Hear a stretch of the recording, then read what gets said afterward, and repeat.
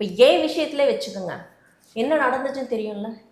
இந்த இன்டர்வியூவில் விஜய் சேதுபதி சாரை வந்து பெருமையாக ஐஸ் வைக்கிறதுக்காக இவன் பேசுகிறானா, இல்லை அந்த பொண்ணு கம்ப்ளைண்ட் பண்ணவளை அசிங்கமாக காரி துப்புறானா?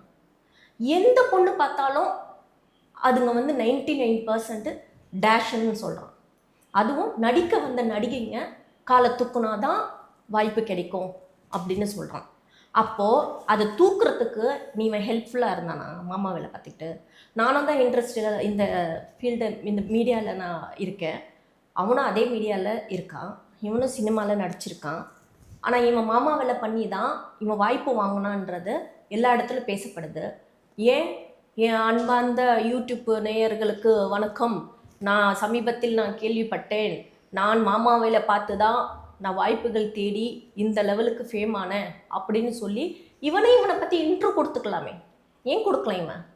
இவன் வீட்லேயே ஒரு இது கலாச்சாரம் பற்றி இவன் சில டைமில் பேசுவான்.